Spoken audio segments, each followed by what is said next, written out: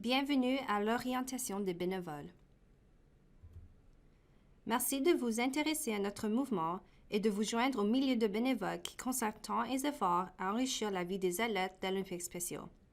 Le présent module vous donnera un aperçu général d'Olympiques spéciaux, son histoire, sa mission, ses programmes et l'importance de ses bénévoles.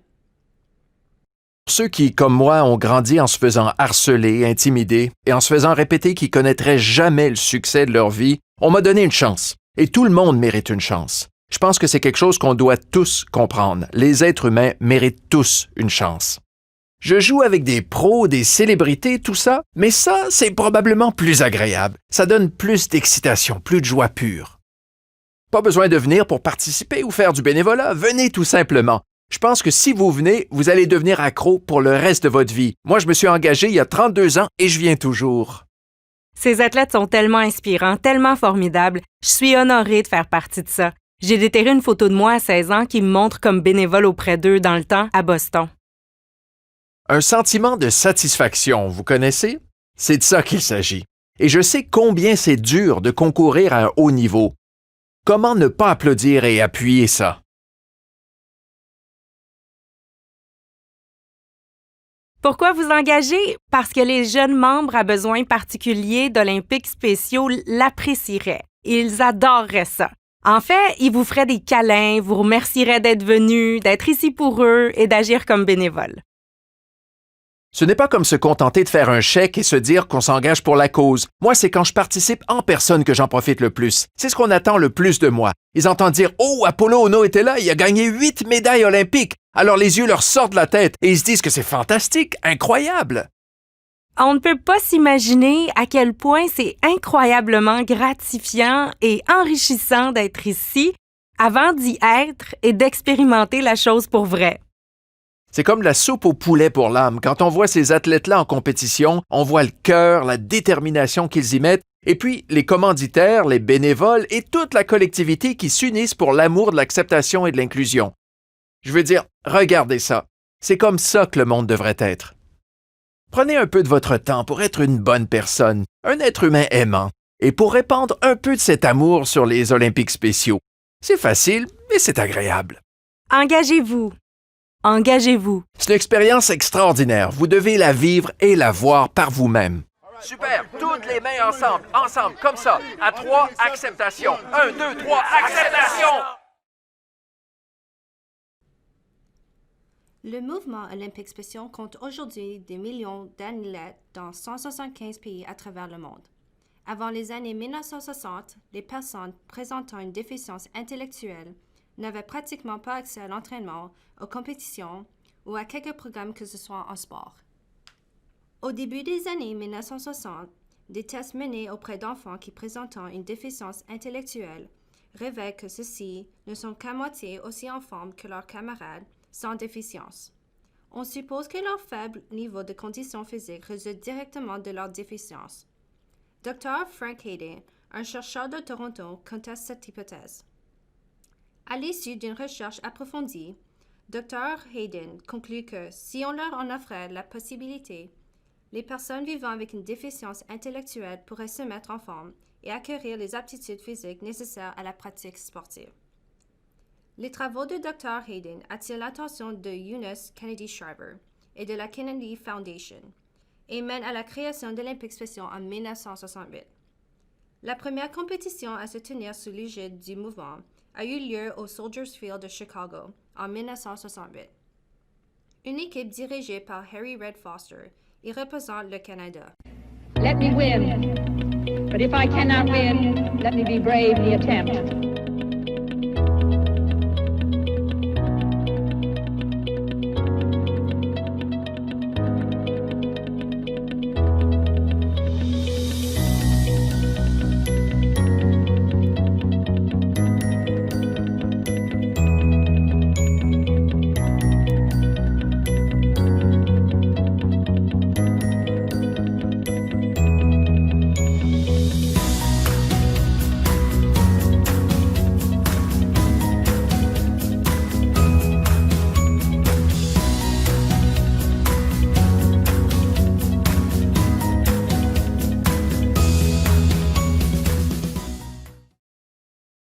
Olympiques spéciaux Canada se consacre à enrichir par le sport la vie des Canadiens présentant une déficience intellectuelle.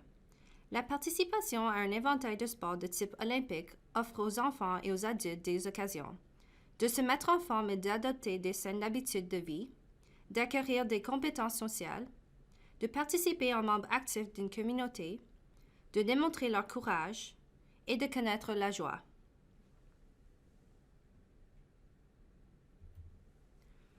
Nous croyons que le sport a la capacité d'ouvrir les cœurs et les esprits vis-à-vis les personnes présentant une déficience intellectuelle et de créer des communautés inclusives partout au Canada.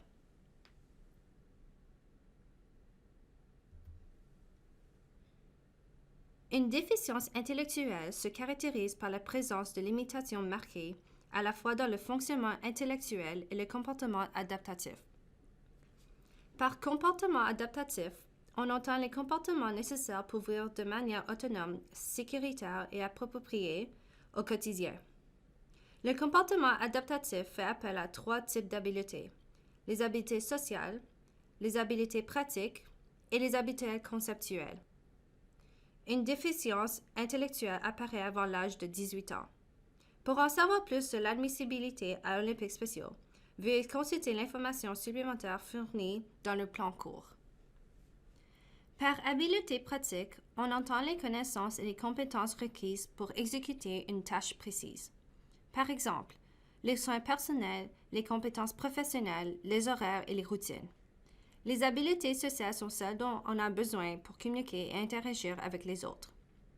Les compétences relationnelles, la résolution de problèmes d'ordre social et l'estime de soi entrent dans cette catégorie.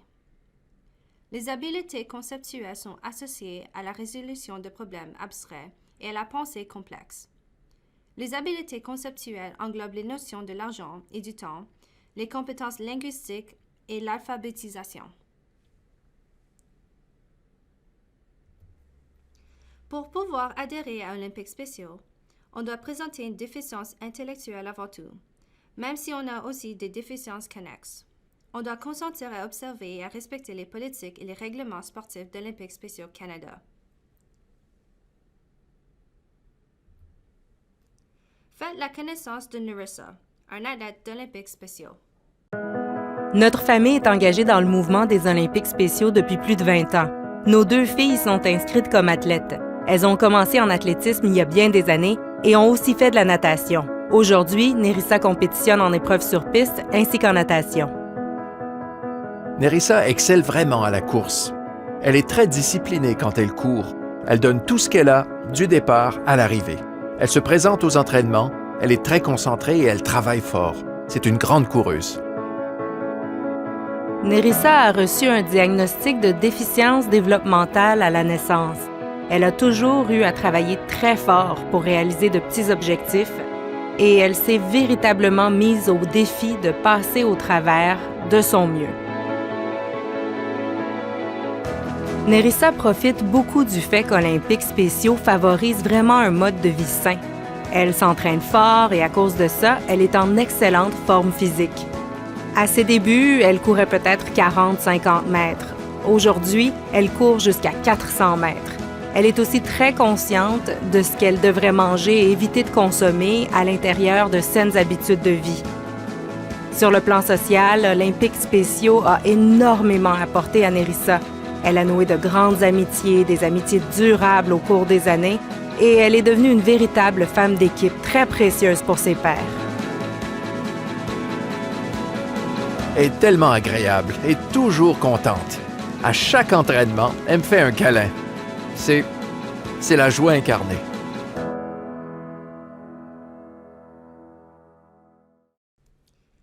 Les athlètes qui participent au programme d'entraînement et de compétition d'Olympiques spéciaux en tirent bien des avantages. Sur le plan physique, ils améliorent leur forme, leur fonction physiologique, leur coordination et leur flexibilité, leur condition cardiovasculaire et leur endurance. Sur le plan social, ils acquièrent une estime de soi, une confiance en soi et une fierté accrue qui leur servent non seulement en sport, mais à l'école, au travail et dans leur vie sociale. La connaissance des règles, la stratégie et le travail d'équipe.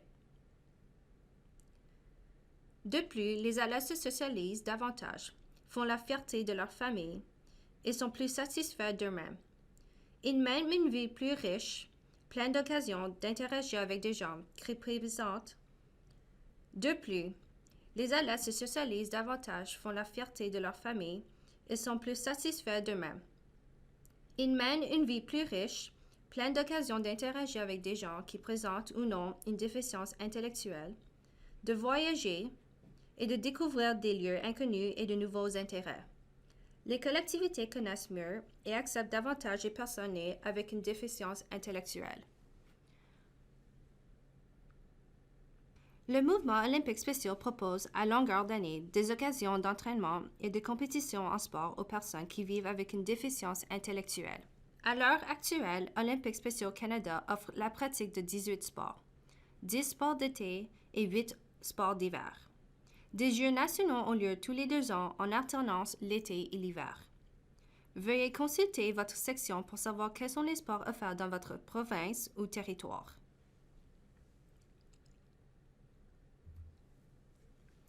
Les sports d'été sont les suivants: 10 ski, l'athlétisme, la balle molle, le basketball, le boccia, la dynamophilie, le golf, la gymnastique rythmique, la natation et le soccer.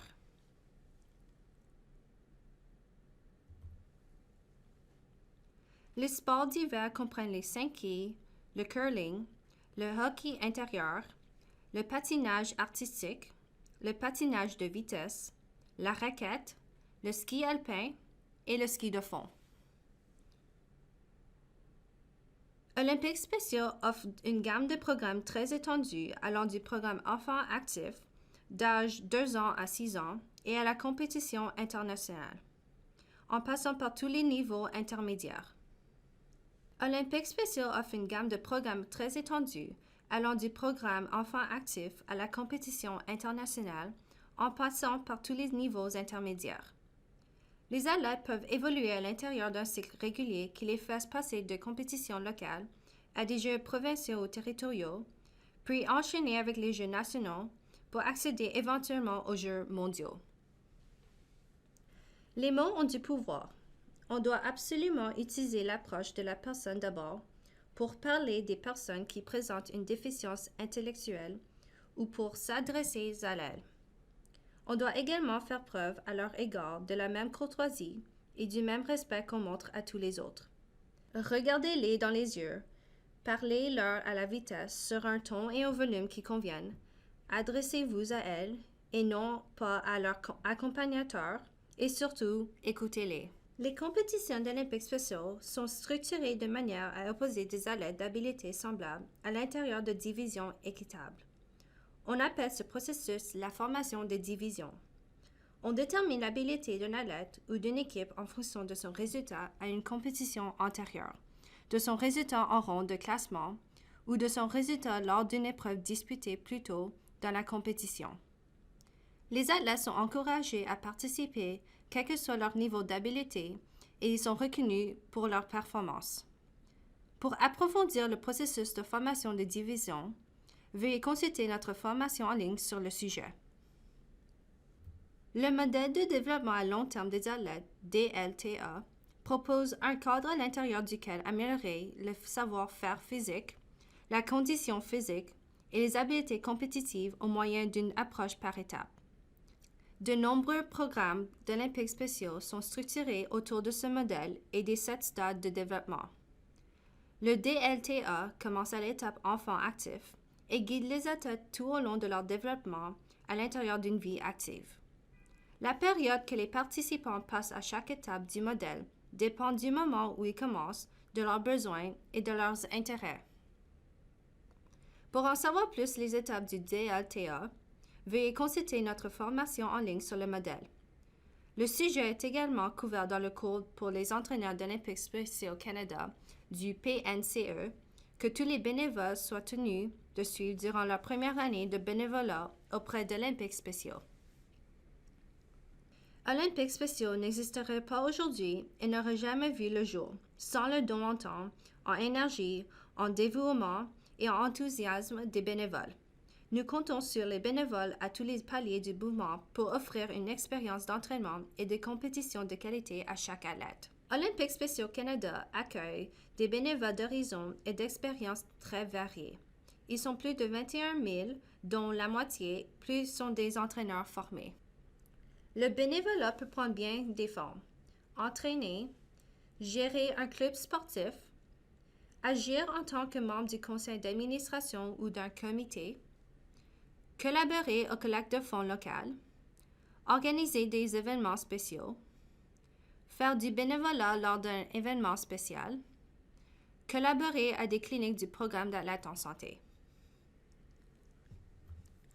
Votre section locale effectuera vos vérifications de référence et vous contactera pour en savoir plus sur vous. Votre disponibilité est pour vous placer dans un poste de bénévole approprié.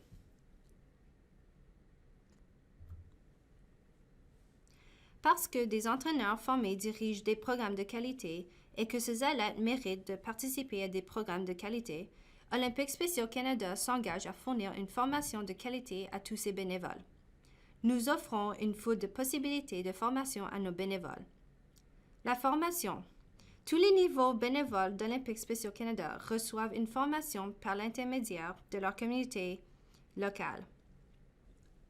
Le Programme national de certification des entraîneurs a fait équipe avec l'Association canadienne des entraîneurs pour élaborer une formation s'adressant aux entraîneurs d'Olympiques spéciaux reconnus à l'échelle nationale. Tous nos bénévoles sont tenus de suivre la formation Olympiques spéciaux Canada PNCE pour entraîneurs en sport communautaire ou en compétition à l'intérieur de leur première année de bénévolat. L'Association canadienne des entraîneurs propose également des cours d'entraînement généraux et d'autres spécifiques aux divers sports. Notre site SOLearn offre des possibilités de perfectionnement des bénévoles qui couvrent une vaste gamme de sujets. Depuis la naissance d'Olympiques spéciaux dans les années 1960, l'organisme s'est développé jusqu'à compter aujourd'hui des millions d'athlètes partout sur la planète. Nous espérons voir cette croissance se poursuivre et élargir notre portée pour inclure encore plus d'athlètes, de programmes et de services. Voyez la direction que nous entendons prendre et comment, en vous impliquant comme bénévole, vous pouvez nous aider à atteindre notre but. Changer le monde, c'est un sport de contact. Et pour changer le monde, il n'y a pas meilleurs athlètes que les athlètes d'Olympiques spéciaux. Partout dans le monde, tous les jours, des athlètes d'Olympiques spéciaux s'amènent sur les terrains de jeu pour apprendre, grandir, compétitionner et gagner. Le serment de ces athlètes incarne l'esprit du mouvement, que je sois victorieux, mais si je n'y parviens pas, que je sois courageux dans l'effort. Chez Olympiques spéciaux, nous avons la vision d'un monde d'appartenance pour tous, un monde où la bravoure triomphe, où le talent émerge, où les compétences augmentent, un monde qui invite au rire. L'esprit humain est libéré et le monde est changé. Un volontaire, un partisan, un médecin, un enseignant, un athlète à la fois.